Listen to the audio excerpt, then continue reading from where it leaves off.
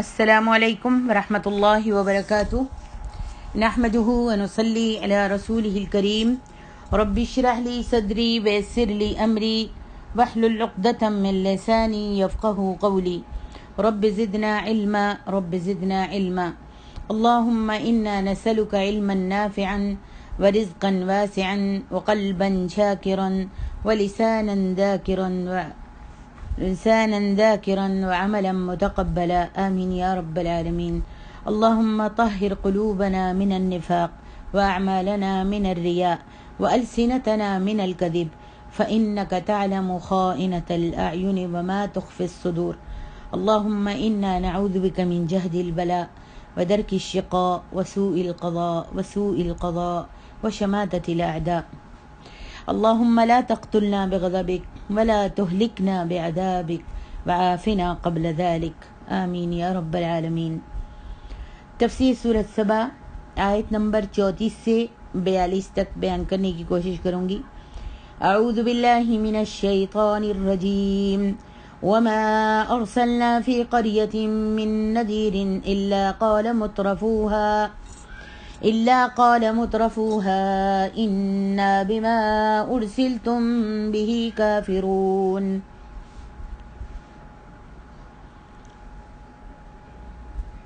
اور ہم نے جس بستی میں بھی کوئی رسول بھیجا تو اس کے کھاتے پیتے لوگوں نے اسے یہی کہا کہ جو پیغام تم لے کر آئے ہو ہم اس کے منکر ہیں.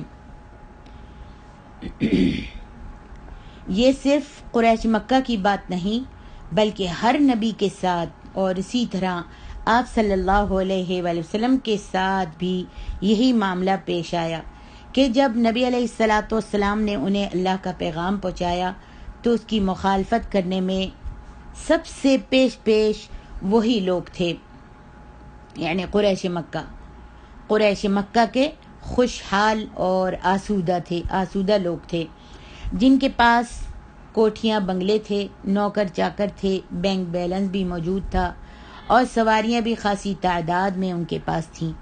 ایسے لوگ بھلا پیغمبروں کی بات کیوں مانیں گے جبکہ پیغمبر انہیں ہر جائز و ناجائز طریقے سے مال جمع کرنے سے روکتے تھے. پھر وہ یہ بھی کہتے تھے کہ سارا مال و دولت اپنے پاس ہی سمیٹ کر مت رکھو بلکہ اسے اقربا اور محتاجوں مسکینوں کا اس میں سے حق ادا بھی کرو. پھر اگر وہ لوگ پیغمبروں کی دعوت قبول کرتے تو انہیں ان پابندیوں کے علاوہ پیغمبر کا مطیع فرما بردار بن کر بھی رہنا پڑتا تھا. لہذا یہ خوشحال طبقہ صرف اسی پر اکتفا نہیں کرتا کہ نبی کی دعوت کو خود ہی رد کر دے بلکہ جن لوگوں پر اس طبقے کا اثر و رسوخ ہوتا ہے ان سب کو نبی کی مخالفت پر آمادہ کر دیتے ہیں اور اس کام پر وہ پیسہ بھی خوب خرچ کرتے ہیں اور لنڈھاتے ہیں. اللہ تعالیٰ نے فرمایا وَقَالُوا نَحْنُ أَكْثَرُ أَمْوَالًا وَأَوْلَادًا وَمَا نَحْنُ بِمُعَذَّبِينَ قُلْ إِنَّ رَبِّي يَبْسُطُ الرِّزْقَ لِمَن يَشَاءُ وَيَقْدِرُ وَلَكِنَّ أَكْثَرَ النَّاسِ لَا يَعْلَمُونَ. اور انہوں نے یہ بھی کہا کہ ہم مال اور اولاد کے لحاظ سے تم سے بڑھ کر ہیں اور ہمیں کوئی عذاب نہیں دیا جائے گا. تو فرمایا اللہ تعالیٰ نے کہ آپ ان سے کہہ دیجئے کہ رزق تو میرا پروردگار جس کے لیے چاہتا ہے فراخ کر دیتا ہے اور جس کے لیے چاہتا ہے کم بھی کر دیتا ہے، لیکن اکثر لوگ یہ بات نہیں جانتے. یہ خوشحال طبقہ اپنے انکار کی اصل وجوہ تو بیان نہیں کرتا اور اس کے بجائے ایک ایسی بات کو خوبصورت بنا کر اپنے انکار کی وجہ کے طور پر پیش کر دیتا ہے جو عام دنیا دار لوگوں کو بھی معقول معلوم ہوتی ہے. ان کی دلیل یہ ہوتی ہے جسے وہ پیغمبر اور اس پر ایمان لانے والوں کے سامنے پیش کرتے ہیں کہ اللہ تو ہم پر بڑا ہی مہربان ہے. تم پر اللہ مہربان نہیں ہے. اللہ نے ہم کو کوٹھیاں دی ہیں، کاریں دی ہیں، مال و دولت سے نوازا ہے، اولاد بھی عطا کی ہے، صحت اور عافیتیں بھی ہم کو دی ہیں. وہ ہم سے خوش ہے تبھی تو اس نے ہمیں ان نعمتوں سے نوازا ہے. آج بھی لوگ یہی کہتے ہیں. اور جس آخرت سے تم ہمیں ڈرا رہے ہو اگر وہ آخرت آئی بھی تو آخر کیا وجہ ہے کہ جو اللہ تعالیٰ آج ہم پر مہربان ہیں کل بھی ہم پر مہربان نہ ہو اور ہمیں خواہ مخواہ عذاب دے آخرت میں؟ ایسا تو ہو ہی نہیں سکتا۔ جب دنیا میں وہ ہم سے راضی ہے اور ہمیں ساری نعمتوں سے اس نے نوازا ہے تو آخرت میں بھی وہ ہم کو عذاب نہیں کرے گا، اس لیے کہ ہم تم سے زیادہ مال و اولاد میں کثرت سے ہم کو اللہ نے دیا ہے، تو وہ آخرت میں ہم کو کیسے عذاب دے گا؟ اللہ تبارک و تعالیٰ فرماتے ہیں قل ان ربی یبسط الرزق لمن یشاء ویقدر، اے میرے نبی آپ کہہ دیجئے وہ یہ بات نہیں سمجھتے کہ رزق کی کمی پیشی کا معاملہ تو اللہ کی مشیت سے تعلق رکھتا ہے، اس کی رضا سے تعلق نہیں رکھتا۔ اللہ کی مشیت یہ ہے کہ وہ اس دنیا میں اپنے نافرمانوں اور فرما برداروں سب کو رزق دے۔ اسی صورت میں اس دنیا میں انسان کی آزمائش ہو سکتی ہے۔ اگر وہ اس دنیا میں نافرمانوں کو رزق نہ دے یا ان پر رزق تنگ کر دے اور اپنے فرما برداروں کو ہی رزق دے یا انہیں وافر رزق عطا کرنے لگے تو پھر تو ہر ایک ایمان لے آئے گا۔ اس میں انسانوں کی آزمائش کی کیا گنجائش رہ گئی؟ اور اس کا دوسرا پہلو یہ ہے کہ ہم دیکھتے ہیں کہ بسا اوقات ظالموں، چوروں، ڈاکوؤں، خائنوں، مکاروں اور فریب کاروں کو وافر رزق عطا کیا جاتا ہے، بہت اللہ تعالیٰ ان کو رزق سے نوازتا ہے، حالانکہ ان صفات کو اور ایسی صفات رکھنے والے لوگوں کو کوئی بھی اچھا نہیں سمجھتا۔ کوئی ڈاکوؤں کو، چوروں کو، خائنوں کو، مکاروں کو اچھا سمجھتا ہے؟ نہیں، اللہ تعالیٰ نے اس رزق سے ان کو نوازا ہوا ہے، بڑی بڑی کوٹھیاں ہیں، مال ان کے دائیں بائیں ہے اور وہ عیش و آرام کی زندگی گزار رہے ہیں۔ فریب کاروں کو بھی جو غش کرتے ہیں ان کو اللہ تعالیٰ نے کتنی نعمتوں سے نوازا ہوا ہے۔ پھر بسا اوقات یوں بھی دیکھنے میں آتا ہے کہ شریف لوگ، سچ بولنے والے، عہد کے پابند، کسی کو ہاتھ یا زبان سے تکلیف نہ پہنچانے والے، اللہ کے فرما بردار اور عبادت گزار لوگ فقر و فاقہ میں مبتلا رہتے ہیں، حالانکہ ان صفات کو اور ایسی صفات رکھنے والے انسانوں کو سب ہی اچھا سمجھتے ہیں اور اچھے لوگ کہتے ہیں۔ پھر اول قسم کے لوگوں کی آسودگی کو اور دوسرے قسم کے لوگوں کی تنگی کو اللہ کی رضا کیسے قرار دیا جا سکتا ہے، جبکہ زبان اللہ رب العالمین اپنے آپ بھی قرآن مجید میں اس کی تردید کر رہا ہے۔ فرمایا وَلَا أَمْوَالُكُمْ وَلَا أَوْلَادُكُمْ بِالَّتِي تُقَرِّبُكُمْ عِنْدَنَا زُلْفَى، جن سے تم ہمارے ہاں مقرب بن سکو۔ فرمایا کہ تمہارے اموال اور تمہاری اولاد ایسی چیزیں نہیں ہیں کہ جن سے تم ہمارے مقرب بن سکو۔ اس جملے کے دو مطلب ہیں، ایک یہ کہ مال اور اولاد ایسی چیزیں نہیں ہیں جو اللہ کے ہاں تقرب کا ذریعہ بن سکیں، بلکہ یہی چیزیں اکثر انسانوں کے لیے اللہ کے تقرب کے بجائے، اللہ کے نزدیک کرنے کے بجائے الٹا اس کے غضب اور غصے کا سبب بن جاتی ہیں اور اس انسان کو لے ڈوبتی ہیں۔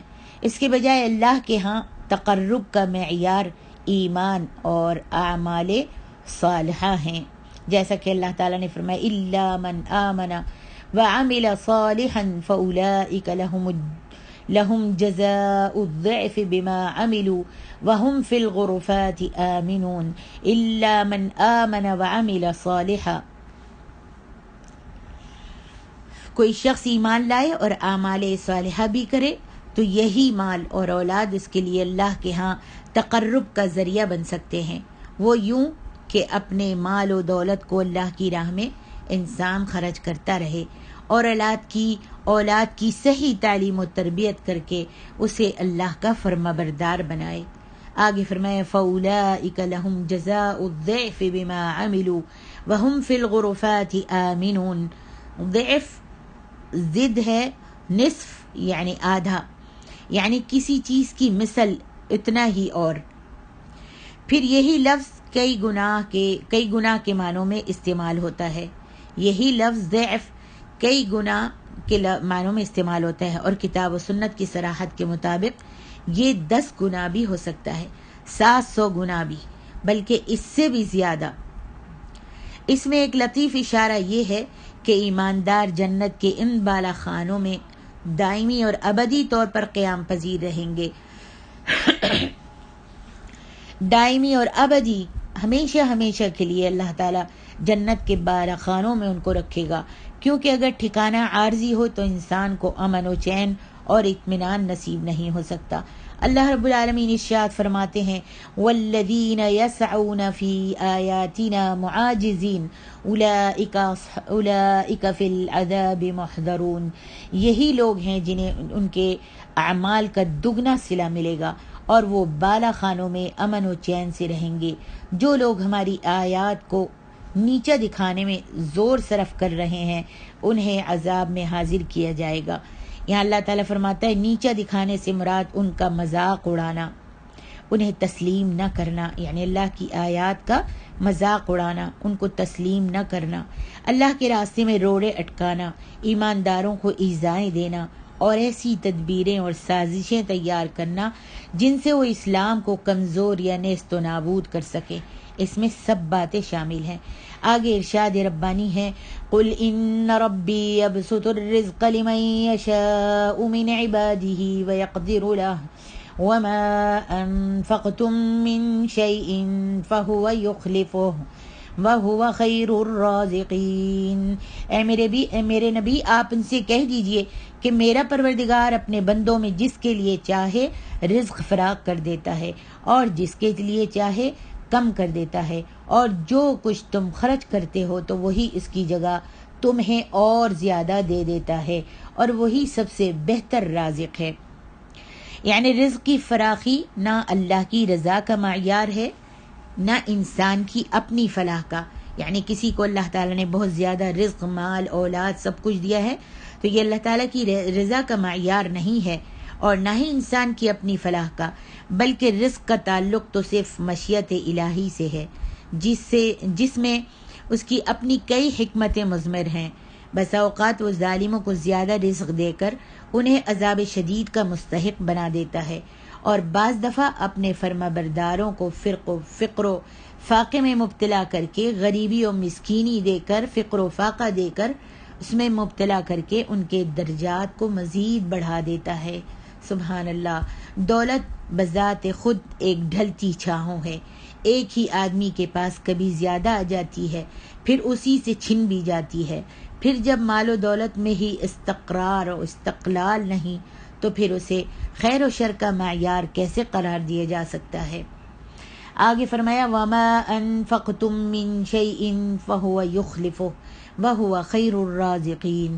اس جملے میں صدقہ و خیرات کرنے والے لوگوں کے لیے ایک عظیم اللہ تعالیٰ نے خوشخبری دی ہے اور ایک ایسی حقیقت بیان کی ہے جو بارہا لوگوں کے تجربے میں آ چکی ہے، اور وہ یہ ہے کہ اللہ کی راہ میں اور اللہ کی رضا کے لیے خلوص نیت کے ساتھ انسان جو کچھ بھی خرچ کرتا ہے، اللہ اس کی جگہ اس خرچ کیے ہوئے مال جتنا یا اس سے بھی زیادہ دے دیتا ہے۔ آزما کے دیکھ لیجئے وہ کس ذریعے سے دیتا ہے، اس کی کوئی مادی توجیہ پیش نہیں کی جا سکتی، تاہم ہمارا تجربہ اور ہمارا وجدان دونوں اس بات کی تصدیق کرتے ہیں۔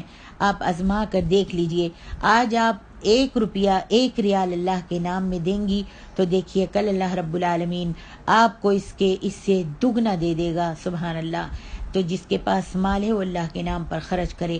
آپ نے فرمایا کہ اللہ تعالیٰ فرماتے ہیں اے آدم کے بیٹے تو دوسروں پر خرچ کر، میں تجھ پر خرچ کروں گا۔ بخاری۔ حضرت اسماء بنت ابی بکر رضی اللہ عنہ ایک دفعہ آپ کے پاس آئیں تو آپ صلی اللہ علیہ وسلم نے ان کو ہدایت فرمائی کہ روپیہ پیسہ ہتھیلی میں بند کر کے مت رکھو، ورنہ اللہ بھی تمہارا رزق بند کر کے رکھے گا، بلکہ جہاں تک ہو سکتا ہے خیرات کرتی رہو۔ بخاری۔ حضرت ابو ہریرہ رضی اللہ عنہ کہتے ہیں کہ نبی علیہ الصلوۃ والسلام نے فرمایا بندوں پر کوئی دن ایسا نہیں گزرتا جس دن صبح 2 فرشتے نازل نہ ہوں، ان میں ایک یوں دعا کرتا ہے یا اللہ خرچ کرنے والے کو اس کا بدل دے، اور دوسرا یوں دعا کرتا ہے یا اللہ بخیل کا مال تباہ اور برباد کر دے۔ بخاری۔ حضرت انس رضی اللہ عنہ کہتے ہیں کہ نبی علیہ الصلوۃ والسلام نے فرمایا جس شخص کو یہ بات اچھی لگے کہ اس کا رزق کشادہ اور اس کی عمر دراز ہو، وہ رشتہ داروں سے اچھا سلوک کرے۔ بخاری۔ اللہ تعالیٰ کی کئی صفات ایسی ہیں جو انسانوں میں بھی پائی جاتی ہیں۔ مثلا حقیقی رازق تو اللہ رب العالمین ہے، مگر ہر انسان اپنے بال بچوں کو رزق مہیا کرتا ہے۔ مالک اپنے ملازموں کو رزق عطا کرنے کا ذریعہ بنتا ہے۔ جب ایسی صورت ہو تو اللہ کے لیے کوئی مزید امتیازی صفت بھی استعمال ہوگی۔ گویا اگر انسان کسی کا رازق ہو سکتا ہے تو اللہ خیر الرزاقین ہے، خیر الرازقین ہے، یعنی سب کو رزق دینے والا اللہ رب العالمین ہے، اور بہتر رزق دینے والا بھی وہی ہے۔ اسی طرح اللہ ہر چیز کو پیدا کرنے والا ہے، تو انسان بھی تخلیق و ایجاد کرتا ہے۔ اس نسبت سے انسان کو موجد اور خالق تو کہہ سکتے ہیں، مگر احسن الخالقین صرف اللہ رب العالمین ہے۔ آگے ارشاد ربانی ہے، وَيَوْمَ يَحْشُرُهُمْ جَمِيعًا ثُمَّ يَقُولُ لِلْمَلَائِكَةِ أَهَؤُلَاءِ إِيَّاكُمْ كَانُوا يَعْبُدُونَ۔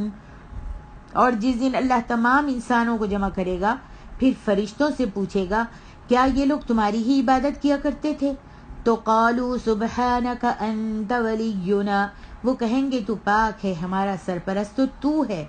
کہ یہ مشرک جو ہیں من دونہم، بلکہ یہ لوگ تو جنوں کو پوچھتے تھے، من دونہم بل کانوا یعبدون الجن اکثرهم بہم مؤمنون، بلکہ یہ لوگ تو جنوں کو پوچھتے تھے اور ان میں اکثر انہی پر ایمان بھی رکھتے تھے۔ مشرکین خواہ دور نبوی کے ہوں یا اس سے پہلے کے ہوں یا اس کے بعد کے دور کے ہوں، آج کے دور کے بھی، وہ یہ نہیں کہتے کہ ہم ان بتوں کو پوچھتے ہیں یا ان قبروں کو پوچھتے ہیں، بلکہ ان کے اعتقاد کے پیچھے ان کا ایک پورا گھڑا ہوا فلسفہ ہوتا ہے۔ مثلا سورج کی پوجا کرنے والے پہلے سورج کی روح کا ایک خیالی نقشہ یا تصویر قائم کرتے ہیں، پھر اس خیالی تصویر کے مطابق اس کا مجسمہ بناتے ہیں، پھر یہ سمجھتے ہیں کہ اس مجسمے کے ساتھ سورج کی روح کا ہر وقت تعلق قائم رہتا ہے، اور ہم جو سورج کے مجسموں کو پوچھتے ہیں تو یہ دراصل اس بت کی نہیں بلکہ ہم سورج دیوتا کی عبادت کرتے ہیں۔ مشرکین نے اس طرح کی کئی دیویاں اور دیوتا بنا رکھے تھے۔ پھر یہ مجسمے محض مظاہر قدرت کے ہی نہیں بلکہ بعض صفات کے بھی ہوتے تھے، اور ان صفات کو بھی سیاروں سے منسوب کر دیا جاتا تھا۔ مثلا فلاں علم کی دیوی، فلاں دولت کی دیوی ہے، فلاں علم کی دیوی ہے، فلاں اولاد کی دیوی ہے، فلاں لڑکا دینے والی دیوی ہے، وغیرہ وغیرہ۔ پھر کچھ مشرک فرشتوں کے خیالی مجسمے بنا کر ان کی پوجا کرتے تھے۔ مشرکین عرب کی ایک کثیر تعداد ایسی ہی تھی جو فرشتوں کو اللہ کی بیٹیاں قرار دیتے تھے، اور لات و منات و عزا کے مجسمے بنا کر ان کی عبادت کرتے، تو سمجھتے یہی تھے کہ ہم ان بتوں کی نہیں بلکہ ان فرشتوں کی عبادت کرتے ہیں جن کی ارواح ان مجسموں یا بتوں سے وابستہ رہتی ہے۔ اسی طرح قبر پرست بھی یہ سمجھتے تھے کہ ہم اس قبر کے پرستار نہیں بلکہ ہماری سب نیاز مندیاں اور نظریں نیازیں تو صاحب قبر کے لیے ہیں، جس کی روح اس کی قبر کے ساتھ وابستہ رہتی ہے۔ نعوذ باللہ۔ ان تمام معبودوں سے چونکہ فرشتے ہی برتر مخلوق ہیں، لہذا قیامت کے دن اللہ رب العالمین مشرکوں کو شرمندہ کرنے اور انہیں حسرت دلانے کے لیے انہی سے سوال کرے گا کہ بتاؤ یہ لوگ تمہاری ہی عبادت کرتے تھے؟ کیا تم نے انہیں ایسا کہا تھا کہ تمہاری عبادت کیا کرے، یا کچھ اس قسم کی آرزو تم نے کی تھی؟ تو وہاں پر وہ سب کے سب جو ہے انکار کر دیں گے۔ اور آپ نے پڑھا ہے یا پڑھیں گی انشاءاللہ سورۃ الانعام میں کہ اللہ رب العالمین نے کس طریقے سے، سورۃ الانعام میں غالباً سورۃ الانعام ہی ہے، اس میں اللہ رب العالمین نے فرمایا ہے کہ جب اللہ رب العالمین قیامت والے دن حضرت عیسیٰ علیہ السلام سے پوچھیں گے، کیا تم نے اپنی قوم کو، ان لوگوں کو جو تمہیں ماننے والے، کہا تھا کہ میری پرستش کرو، مجھے معبود بناؤ، مجھے معبود بنانا، میری پرستش کرنا، مجھ کو پکارنا؟ تو حضرت عیسیٰ علیہ السلام کہیں گے کہ اللہ، آپ نے نہ مجھ کو اس لیے بھیجا تھا اور نہ ہی میں نے ان کو ایسے کام کرنے کے لیے کہا تھا. اور اگر میں نے کہا ہوتا ما قلت لهم الا ما امرتنی به ان اعبدوا اللہ ربی وربکم وکنت علیہم ما دمت فیہم فلما توفیتنی کنت انت الرقیب علیہم وانت علی کل شیء شہید. اللہ تعالیٰ تو حاضر ہے، تو جانتا ہے اگر میں نے یہ بات ان کو کہی ہوتی، یہ تبلیغ کی ہوتی، تو جانتا ہے میں جب فوت ہو گیا، جب تو نے مجھ کو اٹھا لیا، جب مجھ کو تو نے آسمان پہ اٹھا لیا تو لوگوں نے پیچھے میری عبادت اور مجھ کو ماننا شروع کر دیا. مجھے تو معلوم نہیں، آپ کو معلوم ہے.